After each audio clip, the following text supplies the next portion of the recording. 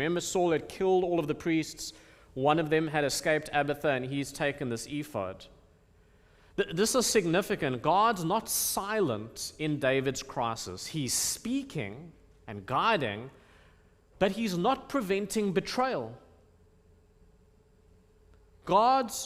David's godliness doesn't exempt him from sorrow. And secondly, Saul hears that David's in Keilah, and did you notice what Saul says? Saul assumes that it's divine providence for his victory. Look at the religious language in verse 7 from Saul, the person who's hunting the innocent. God has given him into my hands. This is chilling.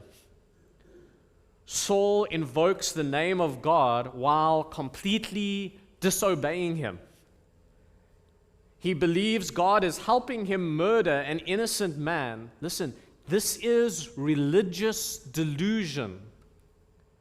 It shows how far Saul is drifted. He can't even distinguish between God's guidance and his own obsession. Christians, let this be a warning. Religious language can be a cloak over self-will. I want to do this. I think it's the right thing to do.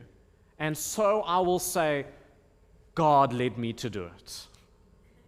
God told me this. God provided this for me. And we cloak disobedience to God in religious language.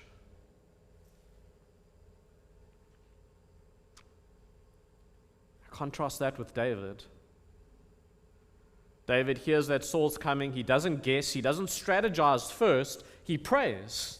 Twice he asks. Verse 11, will Saul come after me? Verse 12, will the men of Keilah surrender me? Both times God answers. And David does not panic. He trusts God's answer and he leaves quietly. There's a little wonderful thing here. This is something theologians call middle knowledge, and it's a whole rabbit trail to go down, but it simply means this. That's what the clever people call it, right? It simply means this. God knows not only what will happen, but God also knows all of the other possibilities of what could happen if situations were different. It's a little teaching about God's omniscience. God knows the outcome that will happen, and he knows every other possible outcome that could possibly happen in any other situation if the world was different. So he knows, yes, if you do this, this is what's going to happen. If you do that, this is what's going to happen. God knows everything exhaustively. He's never guessing. Do you know, as we read this, it's hard not to think about, we live in a transactional world. I scratch your back, you scratch mine. But David's experience in Keilah, it's quite sobering. People will not always be grateful even when you do the right thing. Deliverance doesn't guarantee devotion.